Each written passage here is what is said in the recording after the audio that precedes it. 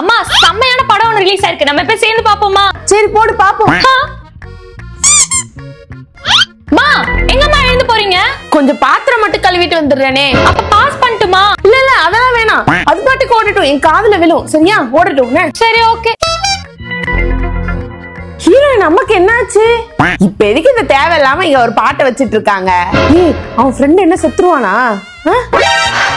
அம்மா நானும் உங்க கூட சேர்ந்து இப்பதான் நம்ம ஃபர்ஸ்ட் டைம் படம் பாக்குறேன். ஒழுங்கா ஒரு இடத்துல உட்காந்து பார்த்தா படம் புரியும். உட்காந்து பாருங்கம்மா.